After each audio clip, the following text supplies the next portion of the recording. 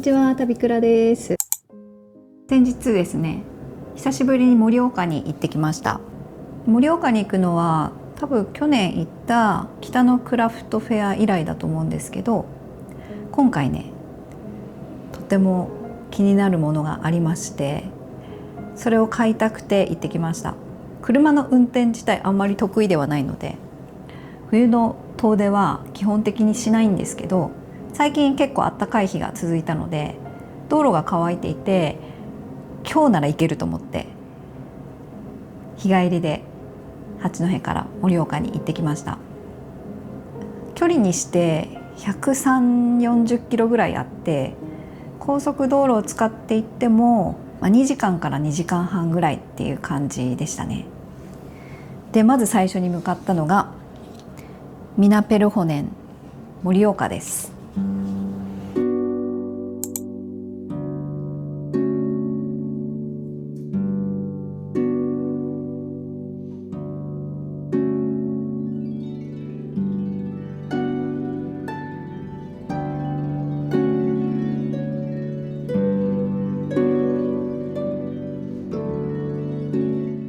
ミナペルホネン盛岡でこちらの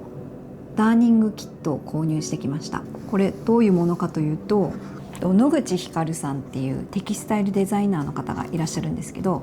その方がやっているダーニングっていうお繕いのキットですね。ここにミナペルホネンの蝶々と野口ひかるさんの商品に描かれている羊さん、これが数量限定で売られていて、こちらを購入してきました。ちょっと箱から出して並べてみたいと思います。糸と、あとはこれはこう穴の補修をしたりとかするときに、これを生地の下に入れて穴を刺繍でダーニングで埋めていったりする時に使うもの、糸通しとかと針で、これがミナペルホネンの端切れになります。ダーニングの解説、こんな感じのキットになってます。残り3個っていうところで購入することができました。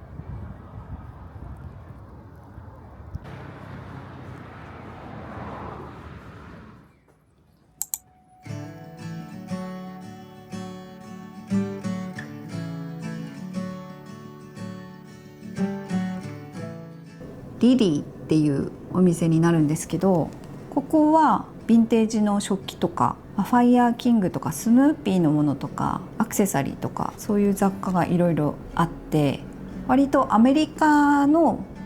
ヴィンテージの食器類を扱ってるっていう感じのお店でした。スヌーピーもねすごい好きなのでめちゃくちゃ可愛いなと思ったんですが、私はねお店に入る前に扉の横にあるガラスのところにもう並んでいるこの食器を見て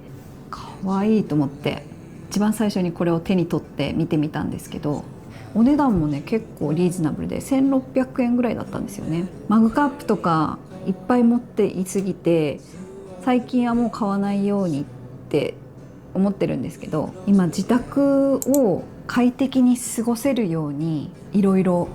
変えていて、私は今6人で家族6人で暮らしてるんですけど、2年ちょっと前ぐらいに八戸に戻ってきて、なんとなく仮住まいみたいな感じで1階にある和室の一角に自分の荷物を置いて、ちっちゃい机を置いてパソコンを置いて、そこでなんか作業したりとか、そんな感じで過ごしていたんですけど、なんかやっぱりこう日々少しずつストレスが溜まってきているっていうかなんか冬になると自宅で一日過ごすことも増えたりしたっていうのもあるんですけど、自分の部屋がないっていう人は普通にいっぱいいらっしゃるかもしれないんですけど、でも変えようと思えば変えられるっていうことにやっと最近気づいて、なんかちょっとお気に入りの布をこう収納の前のところに下げて、雑多な物を隠したりとか、ゴミ箱もうすごいいつ買ったんだろうみたいな、もう30年ぐらい使ってるんじゃないかみたいな感じのピンク色のねプラスチックのゴミ箱があって、それを使ってたんですけど、そのゴミ箱を変えたり、あとはアートとかも飾ってなかったけどアートを飾ってみて、あと夜とか朝起きた時とかは間接照明だったりキャンドルを焚いてリラックスできる空間を作るっていうことを最近やっと心がけ始めて、そしたらなんかすごく気分が変わるっていうか、朝とかもなんかその時間を確保したいがために早起きできるみたいな。私結構朝弱いんですけど、でも最近はねそういう風に過ごす時間を作るようにしたら、なんかパッて起きられるようになりました。起きてからお茶の準備をして、でお茶を飲みながらゆっくりノートを書くみたいな時間が今すごく自分にとっていい時間になっていて、で前置きが長くなったんですが、新しく購入したこれをその自宅のね自分の空間で使うマグカップにしたいなって思ってます。これメイドインジャパンなんですよね。何種類かあって、でこの形がスタッキングできるみたいな感じのものなんですけど、ちょっとこの取っ手はねあんまり持ちやすくはない気もするけど、でもとにかくこの色使いとかこの柄の感じとかがすごく可愛くて、この縁のところが赤っていうのもいいですよね。デザインに一目惚れして購入しました。盛岡ですごく有名な家具屋さんに行ったんですけど、ホルツっていう家具屋さんなんですけど、そちらのオーナーさんは東北初の合同展示会のエントワインっていう大きいイベントを主催されている方で、私去年初めてそのエントワインにも行ってきたんですけど、暮らしに関する洋服だったりとかアクセサリーとか雑貨家具、いろんな作家さんが全国からそういったものたちの展示をしているエントワインっていう合同展示会を主催されているホルツさんのところに行ってきました。そちらで購入したのがこの木の丸いプレート、これはコースターとしても使えるし、お皿としても使えるし、ちょっとしたなんか物を置く時の台みたいな感じでも使えます。でもう一つ購入してきたのがこちらの藁でできた馬の民芸品なんですけど、これは岩手県の花巻地方で伝わる忍び駒っていう民芸品、小田島民芸所っていうところで作っているみたいなんですけど、ホルツさんで扱ってる家具ミナペルホネンの生地を使ってたりするらしいんですよ。で最初気づかなかったんですけど、このお腹に巻かれているこの生地がミナペルホネンのタンバリンの生地なんですよね。でこれが家具を作った時に出る端切れとかを再利用して使ってるらしいんですよ。すごい可愛くないですかこれ。なんかお馬さんの民芸品って全国にいろいろあると思うんですけど、八戸にも八幡馬っていう八戸のシンボルみたいな馬の木の置物があって、なんかこういう民芸品って子供の頃とかはあんまり興味なかったですけど、なんか大人になってから全国の民芸品とかを見るとすっごい可愛いなと思って惹かれてます。でこういうのも最近はなんかちょっと色合いとかもシンプルにした感じでインテリアにより馴染むような感じになってるものが多いのかなって思います。で今回この忍び駒とこの木のプレートを買ったんですけど、こんな感じで使ってもいいよねっていう風にホルツの平山さんはおっしゃってましたが、確かにこれでもこうちょっと舞台に立ってるお馬さんみたいな感じで可愛いかもしれない。2種類サイズがあって、私はちっちゃい方のサイズのお馬さんにしました。ホルツさんで購入したのはこの2つになります。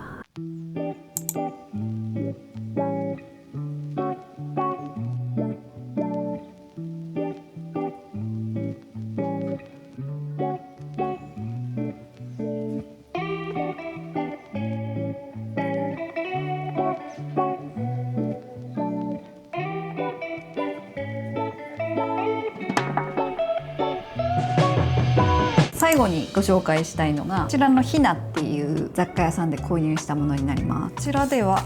なぜか傘を購入しました。ゴマっていうお料理創作ユニットだって。なんかポーチも売られてて、ポーチもすごい可愛かったんですけど、この色使いが。折りたたみ傘持ってるんですけど、なかなかこれ欲しいなっていうのが意外と折りたたみ傘なくて、なので買っとこうと思って買いました。この色合いが可愛いなと思って、柄もねこの手書き風のブルブルっていうデザインが可愛くて、あとはコグリネンワークっていうところの端切れです。リネン 100% メイドインリトアニアって書いてあるんですけど、なんかメイドインリトアニアって言われただけでなんか欲しくなっちゃって買ってしまいました。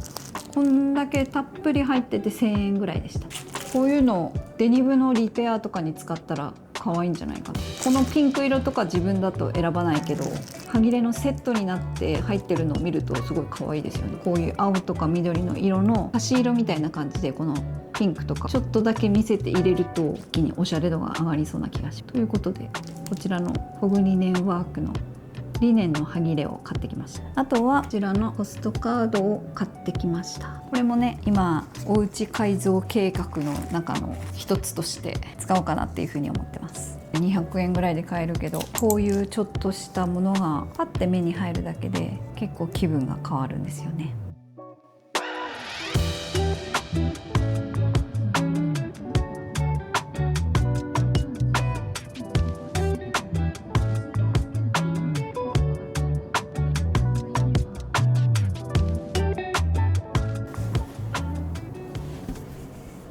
ダーニングっていう言葉自体を初めて聞く方もいらっしゃるかもしれないんですけど、